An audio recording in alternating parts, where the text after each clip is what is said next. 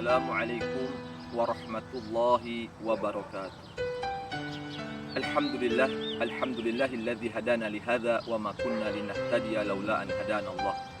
Asyhadu an la ilaha illallah wa asyhadu anna Muhammadan abduhu wa rasuluhu la nabiyya ba'da.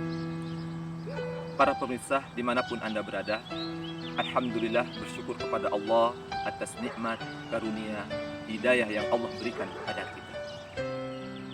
Al-Quran adalah kalamullah, firman Allah yang Allah turunkan kepada malaikat Jibril untuk disampaikan kepada Nabiullah Muhammad SAW dan segenap manusia. Al-Quran Allah jadikan sebagai pedoman hidup, sebagai petunjuk, peringatan, mau'izah, dan sebagai asy-syifa, obat penawar. Banyak sekali keistimewaan Al-Quran dan keutamaan Al-Quran. Maka sangat merugi jikalau seorang muslim sangat jarang sekali berinteraksi dengan Al-Quran. Entah itu dengan cara menyimaknya atau tilawah membacanya, apalagi dengan menghafalnya. Bisa juga berinteraksi dengan Al-Quran, yaitu dengan cara mentadaburi, memahami, mengkaji ayat-ayatnya. Dan puncaknya adalah berinteraksi dengan Al-Quran, yaitu mengamalkan ajaran-ajaran yang terkandung di dalam. Para pemirsa yang budiman, beberapa hadis Rasulullah SAW menyebutkan keutamaan orang-orang yang berinteraksi, entah membaca ataupun menghafal Al-Quran.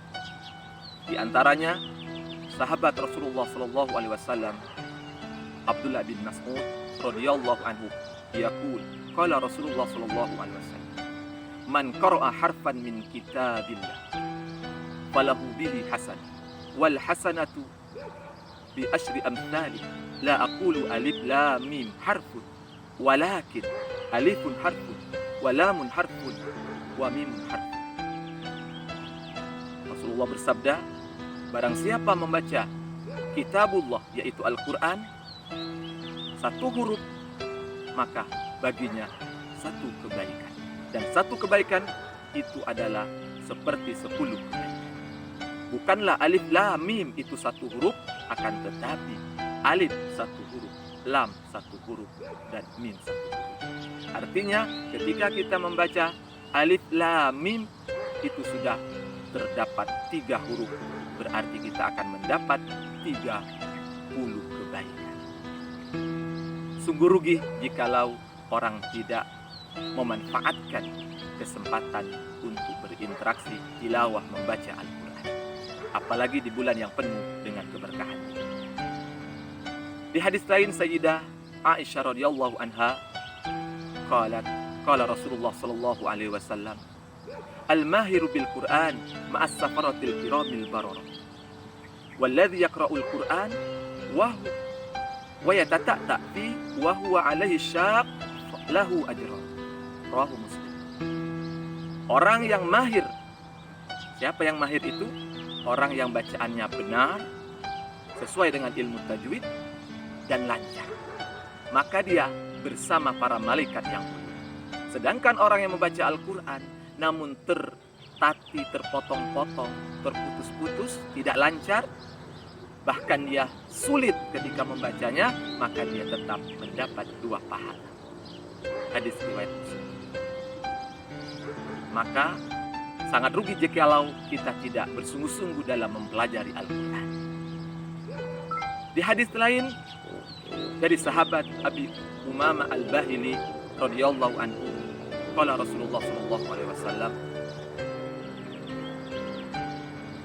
Iqra'ul Qur'an fa innahu ya'ti yaumal qiyamah syafi'an li ashabi. Rasulullah bersabda, bacalah Al-Quran, karena sesungguhnya Al-Quran akan datang pada hari kiamat memberikan syafaat kepada ahli. Hadis riwayat Muslim. Para pemirsa yang beriman, maka kita gunakan kesempatan hidup kita ini untuk senantiasa berinteraksi dengan Al-Quran. Agar kemuliaan, agar keutamaan-keutamaan itu bisa kita raih. Terlebih di bulan yang penuh dengan keberkahan ini. Kita tahu, kita baru memperingati turunnya Al-Quran pada bulan Ramadan. Malaikat Jibril menjadi malaikat penghulu para malaikat. Malaikat yang termulia karena menyampaikan wahyu yaitu Al-Quran kepada Nabiullah Muhammad SAW. Nabi Allah Muhammad manusia yang termulia karena dia mendapat mukjizat Al-Quran. Ramadan menjadi bulan yang paling mulia di antara bulan-bulan yang lain karena di bulan Ramadan diturunkan Al-Quran. Dan nanti ada satu malam yang jikalau beribadah pada malam tersebut lebih baik daripada 1000 bulan. Itulah malam Lailatul Qadar. Rahasianya adalah karena pada malam tersebut diturunkannya Al-Quran. Maka siapapun ingin menjadi mulia, maka turunkanlah Al-Quran ke dalam hati. Jadikanlah hari-harinya, malam-malamnya senantiasa berinteraksi dengan Al-Quran. Jadikanlah jalan hidupnya sesuai dengan aturan dan ajaran-ajaran Al-Quran. Mudah-mudahan Allah Subhanahu wa Ta'ala memberikan kita kemudahan untuk mempelajari Al-Quran, untuk senantiasa berinteraksi dengan Al-Quran, sehingga kita mendapat keberkahan dari Al-Quran. Terima kasih atas perhatiannya. Mudah-mudahan Allah Subhanahu wa Ta'ala menerima semua amal ibadah kita. Aqulu qauli hadza astaghfirullah li wa lakum. Wassalamu alaikum warahmatullahi wabarakatuh.